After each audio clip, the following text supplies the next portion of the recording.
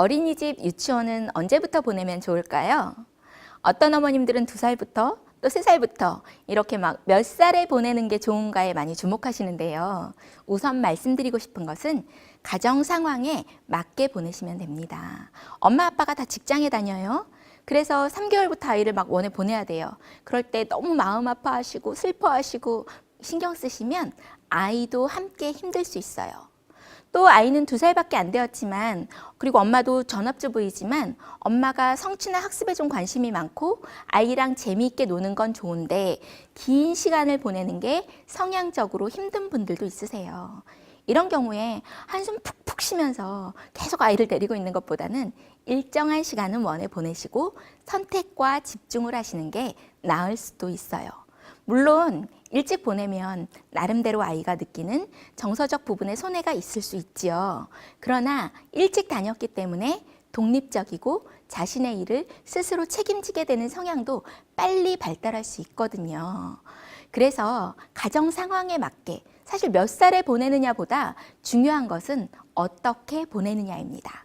아이를 원에 보내시고 그 밖의 시간에 집에서는 어떤 상호작용을 하는가, 아이가 원에 다니는 것을 어떻게 받아들이도록 도와주는가가 훨씬 중요할 수 있어요.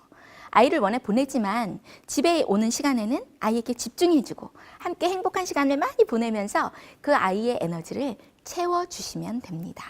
그러면 아이는 자신의 상황에 최선을 다하고 적응하는 법을 배울 수 있어요.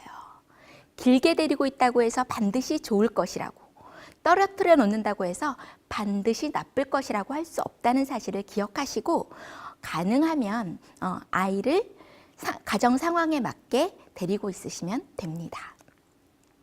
그렇지만 나이보다 더 중요한 것 한 가지를 고려해 주셨으면 좋겠는데요.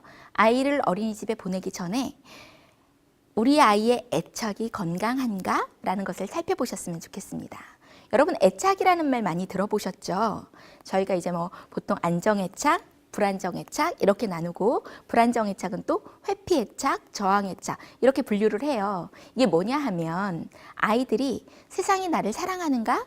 내가 세상을 향해 용기를 내도 되는가? 이런 세계관을 갖게 되는 거예요. 아이들이 태어나면 엄마 아빠와 관계를 맺잖아요. 이때 아이가 내가 사랑받고 있어, 내가 사는 세계는 안전해, 이런 걸 느끼면 안정애착으로 갈 가능성이 높아요. 그리고 이것은 세상을 바라보는 시각으로 연결이 되거든요. 마치 사람마다 다 자기의 마음의 창문을 통해서 세상을 내다보는데, 어떤 사람은 창문에 먼지가 많기도 하고 또 어떤 사람은 창문 자체가 이게 빨간색일 수도 있어요. 이렇게 저마다 자신의 마음의 창을 통해 세상을 보게 되는데요. 어렸을 때 형성된 안정된 애착이 있으면 깨끗한 창문과 같아서 세상을 안전하게 여기고 내가 도전해 볼 만한 곳, 사람들이 나를 사랑해 주는 곳으로 기대하고 세상을 바라보고 살 수 있어요.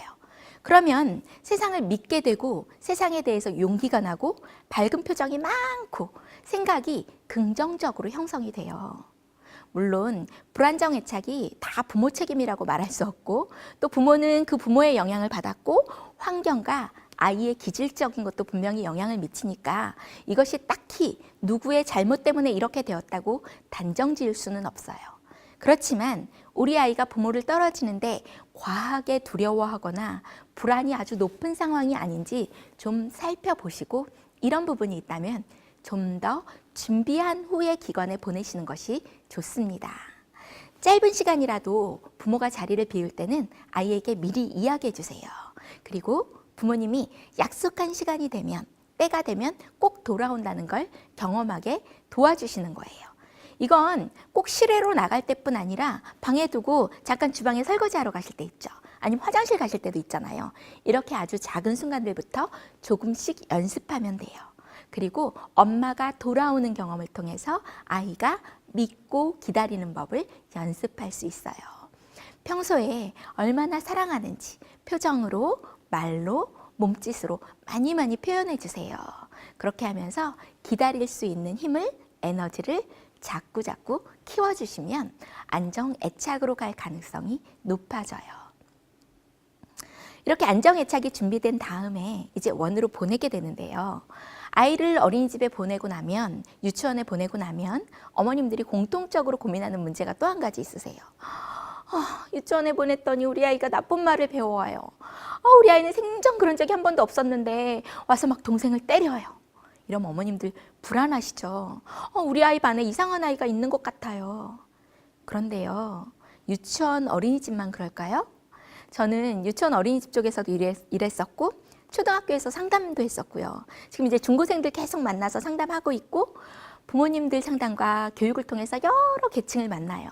그런데 참 재미있는 건 유치원 어머님들이 하시는 말씀을 초등학교, 중고등학교 어머님들도 다 하신다는 거예요. 우리 아이가 나쁜 말을 배웠어요. 우리 반에 때리는 아이가 있어서 우리 아이가 그걸 따라해요.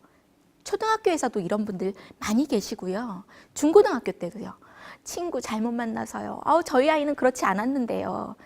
여러분, 우리 아이들이 살아갈 환경에서 완벽하게 좋은 아이들과 늘 평생 그렇게만 생활할 수 있을까요? 힘들겠죠. 부모님이 아무리 잘 준비하셔도 우리 아이가 살 모든 환경을 다 통제하실 수는 없어요. 그럼 우리 아이는 어떻게 해야 할까요? 이런 말을 듣고 우리 아이가 그 중에 좋은 것들을 선택할 수 있는 선택력 있는 아이로 키워주시면 돼요. 아이가 낯선 욕을 들었어요? 집에 와서 따라해요. 할 수 있어요.